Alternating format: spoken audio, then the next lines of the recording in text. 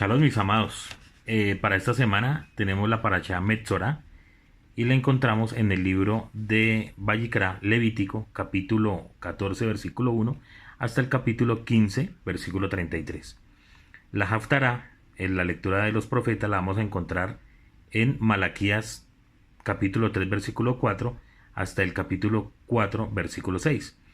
Y el texto que estaremos para esta semana considerando en el Código Real lo encontramos en el libro de Mateo, Mateo capítulo 12 versículos 9 hasta el capítulo 14 versículo 36.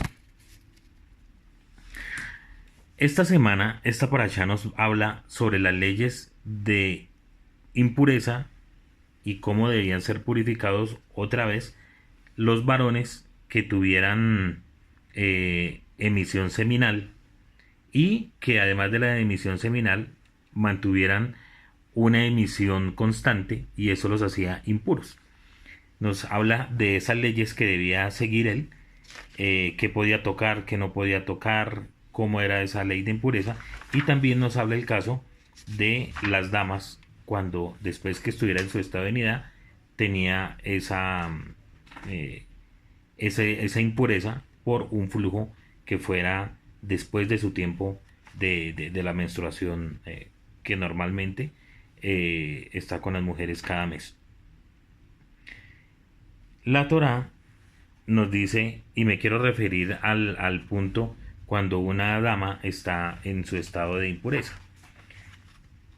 Dice el capítulo 15 de Bereshit, versículo 25. Y una mujer cuando tuviere el flujo de su sangre, durante muchos días, fuera de su periodo, o si tuviere flujo prolongándose su periodo, todos los días del flujo será su impureza. ¿Cuál días de su alejamiento será impura es? El versículo 28 dice, vamos a continuar. Dice, todo lecho sobre el cual se ha acostado durante todos los días de su flujo será para ella cual lecho de su alejamiento, y todo objeto sobre el cual se sentare impuro será cual impureza de su periodo. Y todo el que los tocare será impuro. Habrá de lavar su ropa, se lavará en el agua y permanecerá impuro hasta la tarde. Y cuando cesare su flujo, cuando quedare pura, habrá de contar 7 días y después será considerada pura. Esto aquí nos muestra cómo era la ley que se tenía que tener con una mujer que estuviera en su estado de impureza. Lo mismo con el hombre, es algo muy parecido a lo que sucedía. Pero quiero ir a varios puntos cortos para que vayamos teniendo en cuenta lo que está sucediendo acá. Primero, las leyes de pureza o de impureza. Quiero citar a Maimónides, que habla en el Mishneh, la Mishneh Torah, dice así: todo lo que está escrito en la Torah o en la tradición oral concerniente a las leyes de pureza e impureza afecta solamente al santuario y a las cosas sacras que había en él, así como a las ofrendas que se dan a los Kohanim y al segundo diezmo que los Levín ofrecían a los Kohanim. Además, Maimónides nos recuerda que Ezra había establecido la prohibición de estudiar la Torá o de pronunciar la oración para él, pero esta ley quedó derogada porque la comunidad no tuvo la fuerza para someterse al rigor de esta misma. Entonces aquí vamos aprendiendo varias cosas. Primero, las leyes de pureza y de impureza solo afectan el tema del templo. No podemos traer las leyes que son para Israel y que son únicamente para el templo a aplicarlas de una manera literal a la sinagoga o a la casa. No lo podemos hacer porque estaríamos transgrediendo la Torá, ¿sí? Entonces, esta parashá tenemos que mirarla de una manera más espiritual que legal, porque en este momento no tenemos templo y estas leyes solamente, las leyes como tal, aplican para el momento en que hay templo. Es decir, que aquí tenemos que darle una interpretación más profunda. Sin embargo, quiero traerles a cita otro pasaje de Rabí Yehuda ben Betera. Este rabino es un tanaíta. Al parecer, según lo que cuenta la historia, lo que he investigado, perteneció cuando él vivía, todavía estaba en pie el segundo templo. Y eso es muy importante para aclarar algunas cosas. ¿Qué dice el Rabí Yehuda ben Betera? En Dibre Torah, Mekabelin Tuma, cierro comillas. O sea, que las palabras de la Torah jamás pueden ser receptoras de la impureza.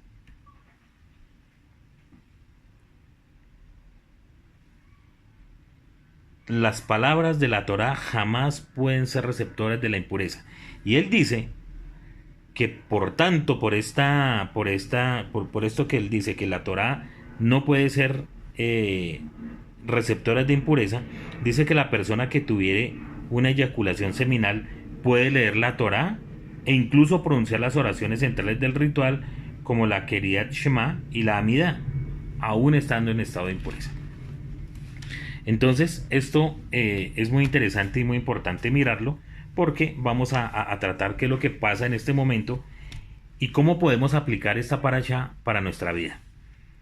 Entonces, vamos a mirar un texto del Brit de Hadashah que nos va a revelar varias cosas. Primero, dice el libro de Hillel Lucas, capítulo 8, versículo 43 en adelante, dice así, cito: y una mujer que estaba con flujo de sangre desde hacía 12 años, durante cuyo tiempo no pudo ser sanada por nadie.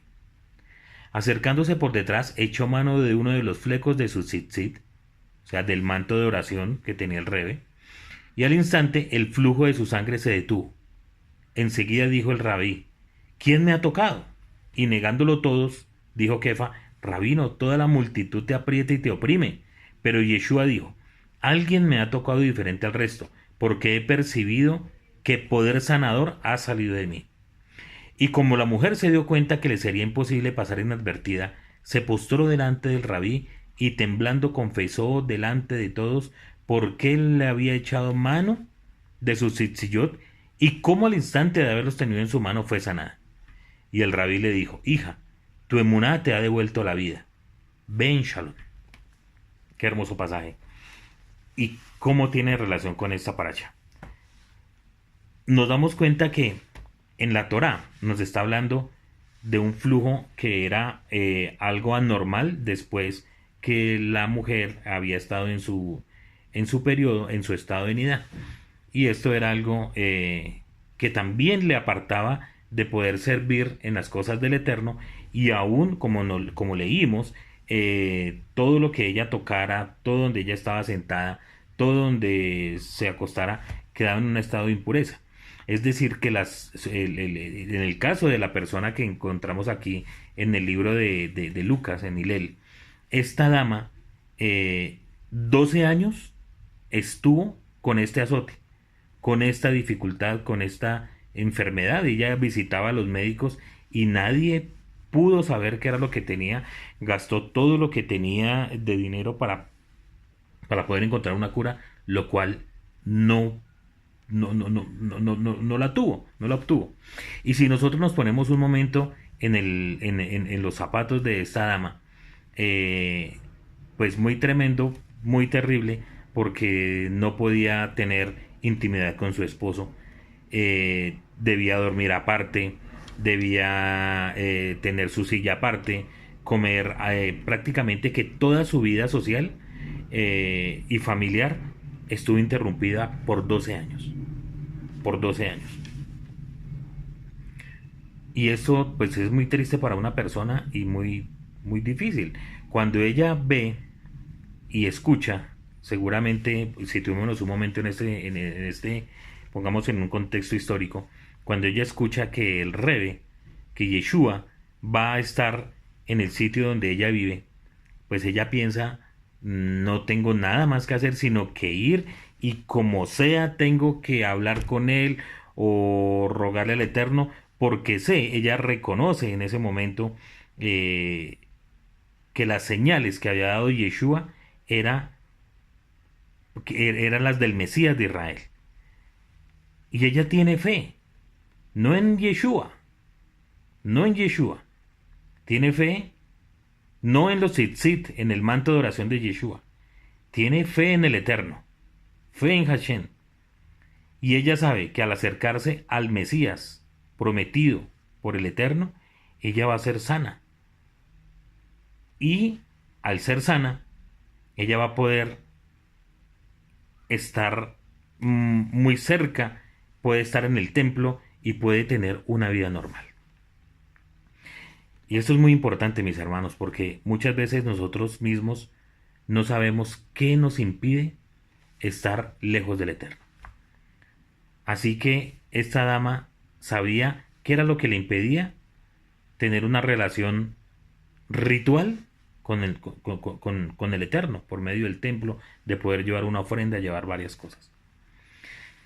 Les decía al principio que tenemos que tener en cuenta que estas leyes solamente aplican para el templo. ¿Cómo aplicamos eso en este momento?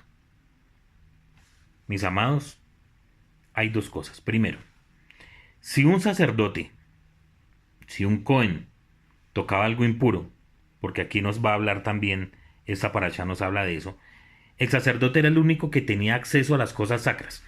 El pueblo como tal solamente podía llegar hasta cierto sitio y llevar el sacrificio. Pero el Cohen era el que hacía los sacrificios y tenía acceso a todas las cosas sacras del templo, a todas las cosas santas. Si un sacerdote se contaminaba, es decir, quedaba impuro, no podía hacer nada de eso, no se podía acercar y no podía una persona del común llevarle un sacrificio para que éste intercediera, porque ese sacerdote también estaría impuro. Pero esta es la buena noticia, mis amados. Nuestro Rebe, al ser tocado por esta dama, no entró en un estado de impureza.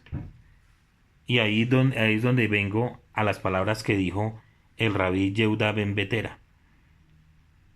Las palabras de la Torá jamás pueden ser receptoras de la impureza. Mis hermanos, nuestro Rebe Akadosh no pudo ser considerado impuro al esta mujer tocar su tzitzit, porque Yeshua, como nos lo enseñó, es la Torá viviente. Es la Torá que el Eterno nos dio, y es el que nos conduce a Hashem. Mis amados, por eso dice nuestras escrituras que cuando Él murió, el velo se rasgó en el templo. Y también dice que tenemos un Cohen Agadol que fue probado en todo, pero sin pecado, y que está ministrando delante del Eterno en el templo celestial, a favor de toda la humanidad. Mis hermanos, quiero que reflexionemos un momento en cómo está nuestra vida y qué cosas de impureza nos impiden que pongamos nuestra fe y nuestra mirada en el Eterno. ¿Qué nos está alejando? ¿Serán los celos? ¿Será la contienda? ¿Será pensamientos impuros? ¿Serán relaciones sexuales impuras? ¿Será la maledicencia? ¿Será la shonará? ¿O serán todas? No sabemos. Pero tenemos que evaluar. ¿Qué es lo que nos está llevando a alejarnos?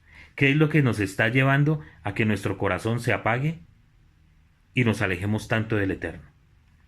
Mis amados, la excelente noticia que les tengo para este día es que nuestro Rebe no está impuro.